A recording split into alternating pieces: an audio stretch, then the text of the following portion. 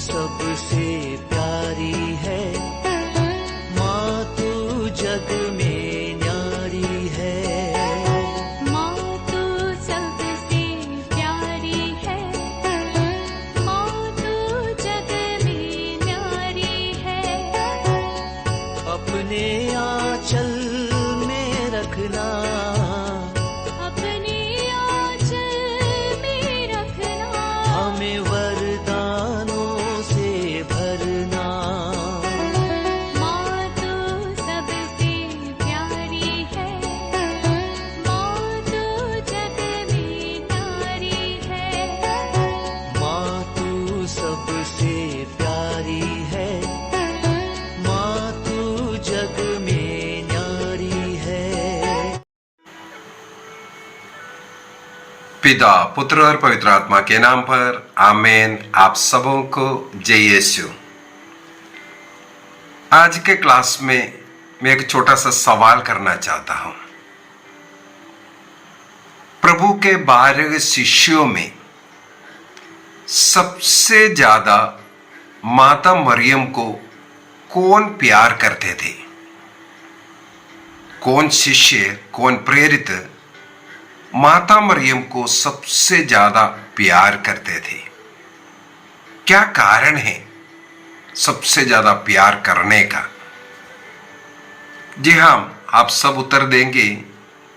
Bible के अनुसार हम देखेंगे तो संत योहन सबसे ज्यादा माता मरियम को प्यार करते थे। यदि हम योहन का सुसमाचार को पढ़ेंगे, योहन के सुसमाचार के अंदर कहीं भी माता मरियम का नाम मरियम बोल करके लिखा ही नहीं। अर्थात इतना अधिक उनका आदर सम्मान करता था कि उनका नाम लिखने के लिए भी वो हिचकिचाया। जहां कहीं भी माता मरियम के विषय में लिखा है, संत योहन ने ऐसा लिखा है, यीशु की मां बोल करके। वह कहीं भी मरियम नाम माता मरियम के लिए लिखा नहीं।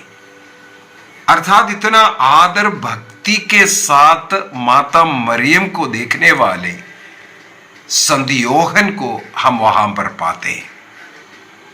संत योहन का मरियम भक्ति को आगे हम देख सकते हैं।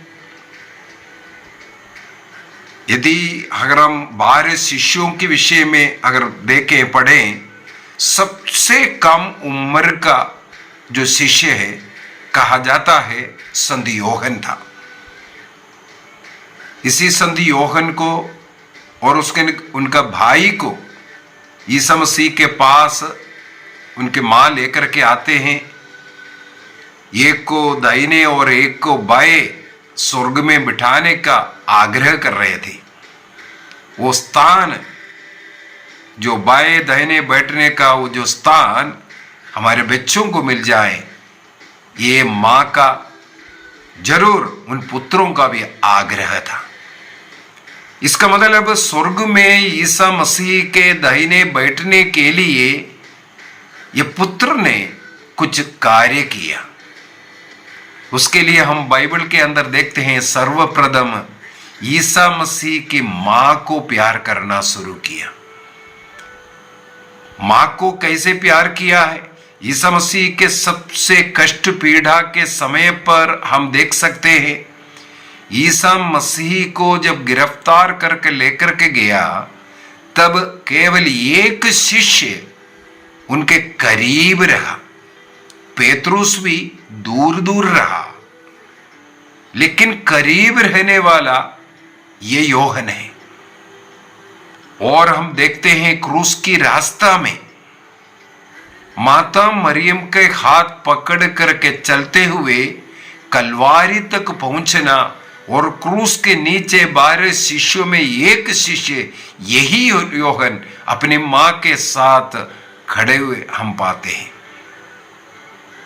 अर्थात प्रभु के उस दाहिना स्थान मुझे चाहिए, स्वर्ग में प्रभु के साथ मुझे रहना है। उसके लिए योहन ने बता सकता है, एक शॉर्टकट तरीका अपनाया यीशु की मां को पकड़ने का, उनका आदर करने का। उसका फल क्या है?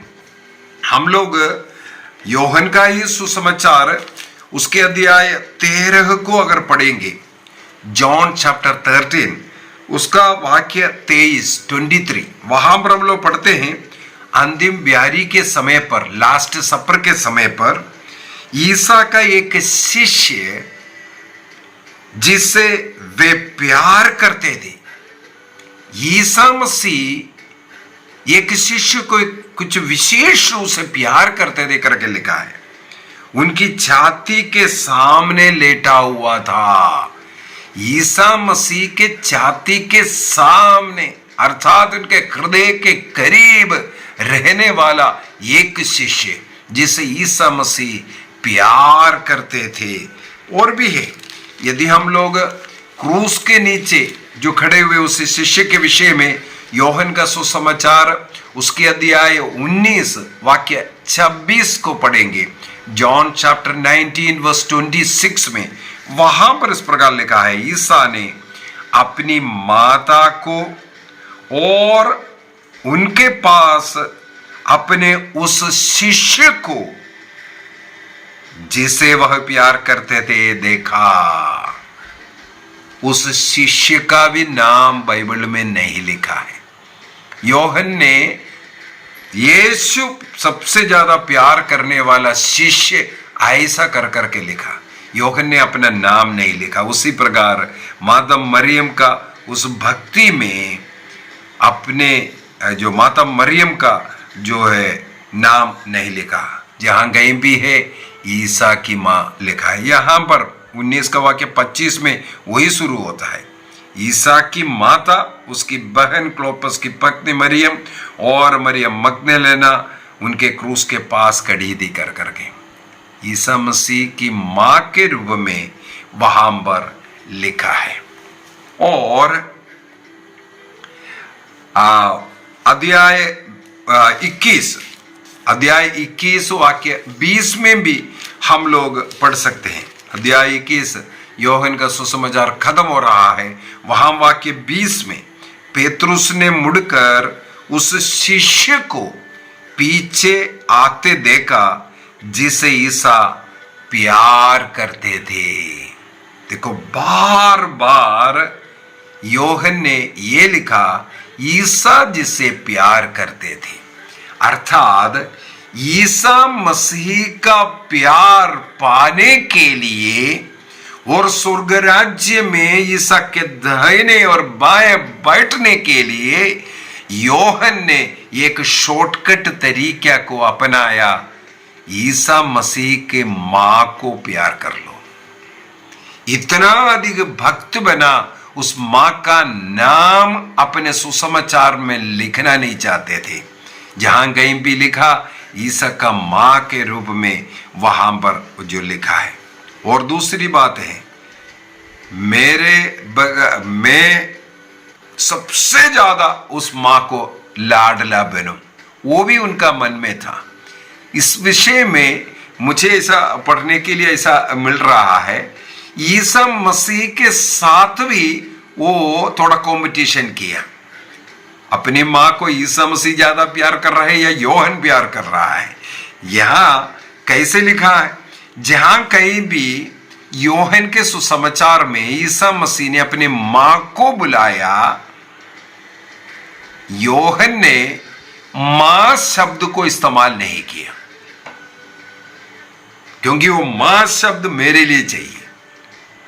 वहां पर योहन ने 2 जगह पर ईसा मसीह ने अपने मां को पुकारते हैं, वो शब्द है वहां भद्रे लिखा, मां कर करके नहीं पुकारा। उसका एक अलग कारण है, उसके लिए भी मैंने क्लास ले चुका है, क्योंकि ये भद्रे शब्द का एक्चुअल जो मीनिंग निकलता है, सबसे अधिक आदरणीय महिला, उनको इस भद्रे शब्द से पुकारा जाता है। तो यहां पर इस्तेमाल करने का जो प्रभु का मुक्ति कार्य के साथ माता मरियम को जोड़ने के लिए इस शब्द का यहाँ इस्तेमाल किया। और हम लोग यहाँ ये प्यार के संबंध में बोल सकता है, योहन इस कंपटीशन लगाया, यीशु को भी अपने माँ को माँ शब्द से पुकारने नहीं देते हैं। इसका मतलब है उस माँ को किसी और को देने के लिए वो तैयार नहीं है। इतना अधिक माँ का लाडला बनना योहन चाहते थे। काय के लिए? यदि यीशु की माँ का लाडला बनूंगा तो मैं यीशु का सबसे प्रिय बनूंगा। इसलिए बाइबल के अंदर हम लोगों को इसलिए बार बार पढ़ने के लिए मिलता है, यीशु ने उस शिष्य को ज्यादा प्यार किया जिस शिष्य ने यीशु की माँ को ज्यादा प्यार किया। बहुत ही सुंदर तरीके से ये हम लोगों को देखने के लिए मिलता है। इसलिए वो शिष्य सबसे दुख के समय पर माँ के साथ रहे, माँ का हाथ पकड़ करके उसका लारी पहाड़ चढ़े, माँ के हृदय से तलवार छेद रहे थे, उस माँ का हाथ पकड़ करके उस क्रूस के नीचे खड़े रहे। इसके फलस्वरूप यीशु ने क्रूस से अपनी माँ को योहन की माँ बना करके दिया। ये तुम्हारी माँ है, ये बोल करके अपनी माँ को देता हुआ। और योहन बड़े खुशी के साथ अपने यीशु की माँ को अपनी माँ बना करके अपने घर में शरण देते हैं। और इतिहास हम लोग पढ़ते हैं, इसके बाद माता मरियम के जीवन के अंत तक योहन ने माँ का देखभाल किया। सबसे पहले यरूशलेम में, इसके बाद ये एफेसुस में माँ मरियम के साथ जाकर के कलीसिया की सेवा किया। माता मरियम और संत योहन मिलकर के सुसमाचार का प्रचार करने का इतिहास हम लोग पढ़ते हैं। और दूसरी बात है, इस माँ मरियम ने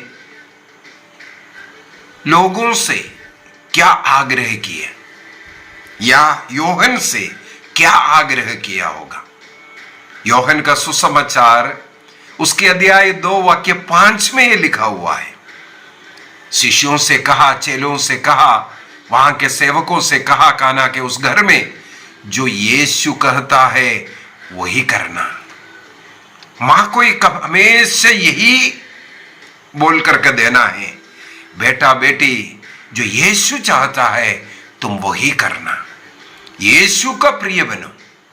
यीशु का प्रिय बनने के लिए योहन ने शॉर्टकट मां का हाथ पकड़ लिया, मां को प्यार करना शुरू किया।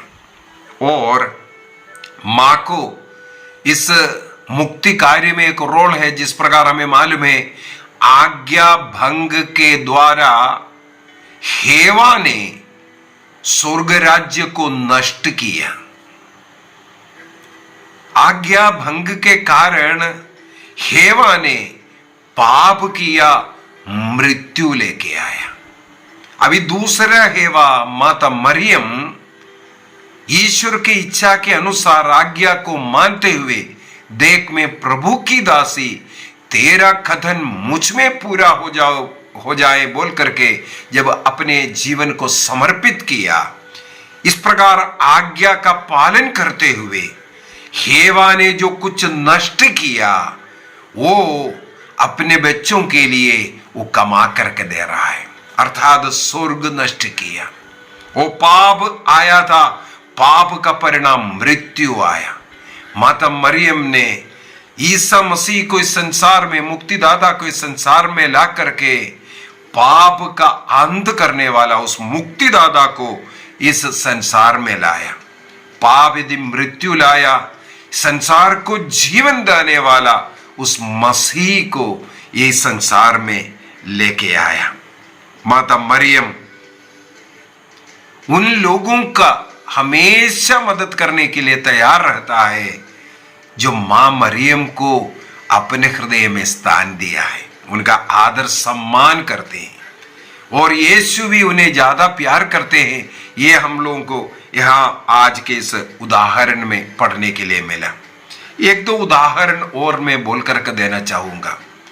संत जॉन पॉल सेकंड का द्वितीय का जीवनी यदि आप पढ़ेंगे आपको मालूम होगा, संत जॉन पॉल द्वितीय का जो बाल्यावस्था में उनके माता पिता का मृत्यु हो गया, एक प्रकार हम बोलेंगे वो एक अनाथ हो गया। तब संत जॉन पॉल सेकंड ने क्या किया, अपने माता पिता नष्ट हुआ तो स्वर्गीय माता मरियम के हाथ पकड़ करके चलना शुरू किया। माता मरियम का एक भक्त बन करके अपने जीवन मां मरियम के निष्कलंक हृदय में समर्पित करते हुए एक मरिय भक्त व्यक्ति के रूप में जीवन जीना शुरू किया। इसके फलस्वरूप हम देखते हैं जो पत्थर तोड़ने वाला और लड़ाई के समय पर यहां वहां भाग करके रहने वाला, ऐसे जीवन जीने वाला वो व्यक्ति बड़े बन करके, पुरोहित बन करके, बिशप बन करके संत पापा बन गया। जो व्यक्ति माता मरियम का भक्ति कर कर बचपन से, बाल्यावस्था से जो बड़े हो करके आया, हमारे इस समय पर सबसे बड़ा एक मरिय भक्त व्यक्ति के रूप में हम संत जॉन पॉल सेकंड को पाते हैं। हमें मालूम है माता मरियम का पर्व के ही दिन ही उनके ऊपर गोली मारा गया। उस गोली मारने के बावजूद भी यदि वो बचा है, कहा जाता है माता मरियम की उस भक्ति के कारण, माता मरियम के जो सहायता के कारण वो बचा है। वो जॉन पॉल सेकंड भी विश्वास करते हैं। इसलिए उनके ऑपरेशन कर करके पेट से जो निकाला जो गोली है वो फातिमा में ले जा करके उनके जो ग्रोटो, उनके जो मुकुट है उसमें उस गोली को लगाया है। यही कारण है मरिय भक्ति में जीने वालों को माँ ऐसे ऐसे संकट में किस प्रकार सहायता करते हैं। वो हमेशा रोजरी जपते रहने वाला और माता मरियम के जीवनी मनन चिंतन करते हुए माता मरियम के समान विनम्र, विश्वासी, भक्ति का जीवन, पवित्रता का जीवन जीने वाला, उनके जीवन को अपने जीवन में उतारने वाला संत जॉन पॉल सेकंड बना। और उनका जीवन हमारे लिए एक उदाहरण है। माता मरियम का भक्ति के द्वारा उनको क्या क्या कृपाएं मिले हैं। और उसी प्रकार हम लोग पवित्र बाइबल में देख सकते हैं, येसाव को इसहाक ने कहा था मेरे लिए भोजन तैयार करके लेके आओ, मैं तुम्हें आशीर्वाद दूंगा, क्योंकि येसाव इसहाक का बड़ा पुत्र है। लेकिन उस समय पर हम देखते हैं रेबेका ने याकूब की मां एक चाल चल करके, हम लोग देखेगा तो गलत है, लेकिन ईश्वर की इच्छा के अनुसार उनका याकूब के प्रति जो पुत्र प्रेम के प्रति इसहाक से ईश्वर का वो आशीर्वाद याकूब को दिलाता हुआ, अयोग्य होते हुए, छोटा भाई होते हुए वो बड़े का आशीर्वाद रेबेके के कारण उस याकूब को मिलता हुआ हम पाते हैं। एक और उदाहरण हम लोगों को मिलता है, जो दाऊद का जो पत्नी बेत्शबा, ऊरिया की पत्नी थी, उनके साथ वे विचार किए, इसके बाद उनको पत्नी के रूप में स्वीकार करते हैं और उसमें एक पुत्र जन्म लेते हैं, वो है सुलेमान, सोलमन। अब सोलमन को राजा बनाना है दाऊद के बाद, इसके लिए रेबेका ने दाऊद के पास जाकर के रिकमेंडेशन करते हैं। रेबेका का बात मानकर दाऊद सुलेमान को, सोलमन को राजा बनाता है। इसका मतलब है मां का वो जो रिकमेंडेशन, पुत्रों पर किस प्रकार आशीर्वाद आते हैं, यही माता मरियम भी हमारे लिए कर कर देते हैं।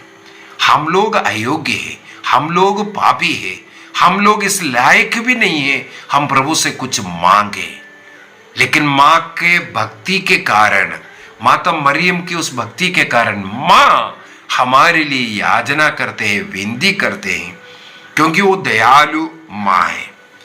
तो इस प्रकार हम भी जैसे योहन माता मरियम का बड़े भक्त बन करके उनका हाथ पकड़ करके चला है, उसी प्रकार यदि हम भी माता मरियम का भक्ति आदर सम्मान करते हुए उनके पद चिन्हों पर चल करके उस स्वर्ग राज्य के लिए चलते रहेंगे, वो माँ हमारे लिए हमेशा प्रार्थना करेगा। माँ का प्यार पाने के लिए हम माँ की किस किस प्रकार सेवा करते हैं, माँ को जो कुछ अच्छा लगता है वो कार्य कर करके हम माँ का प्रिय बनने का कोशिश करते हैं। एक और उदाहरण मैंने नोट किया है, वो है संत जॉन मरिय वियानी। संत जॉन मरिय वियानी का जीवनी में हम लोग पढ़ते हैं, वो पढ़ने में बिल्कुल जीरो था। एक पुरोहित बनने के लिए उनमें कोई योग्यता ही नहीं है। उनको सेमिनारी से निकालने का निर्णय भी किया था, लेकिन संत जॉन मरिय वियानी के प्रार्थना जीवन, उसके मरिय भक्ति को बिशप ने देख करके इस मरिय भक्त लड़के को रहने दो, चाहे कितना भी बुद्ध हुए, पढ़ने में कुछ भी वो समझ नहीं रहा है, फिर भी उस बिशप ने उन्हें पुरोहित बनाया। वो आज पुरोहितों का मध्यस्थ बन गया संत जॉन मरिय वियानी। केवल मरिय भक्ति के कारण माता मरियम का आदर सम्मान करना, मां के हाथ पकड़ करके चलना, यीशु से सब कृपा दान इस पुत्र को मिला। इसलिए केवल एक साधारण पुरोहित नहीं, एक संत पुरोहित बन करके पुरोहितों का, दुनिया भर के सब पुरोहितों का मध्यस्थ बन करके आज है, कारण मरिय भक्ति है। चाहे एक व्यक्ति कितना भी बड़ा बन जाए, चाहे प्राइम मिनिस्टर बन जाए या प्रेसिडेंट बन जाए, लेकिन वो अपने माँ के लिए वो एक पुत्र है। चाहे किसी भी बड़ा ऊंचा पद का क्यों ना बने, चाहे कितना भी धनी क्यों ना बने, अपनी माँ के सामने वो बेटा ही है। इसी प्रकार विनम्र होकर के यदि हम अपने माँ मरियम को अपने हृदय में आदर सम्मान देंगे, तो उसके द्वारा हम आशीष कृपाएं पा सकते हैं। आखिर में एक और कहानी बोलना चाहूंगा। एक बहुत ही सुंदर कहानी पढ़ने के लिए मिला। एक सर्कस में काम करने वाला एक जोकर बूढ़ा हो गया, रिटायर हो गया, अर्थात सर्कस से उन्हें निकाला गया।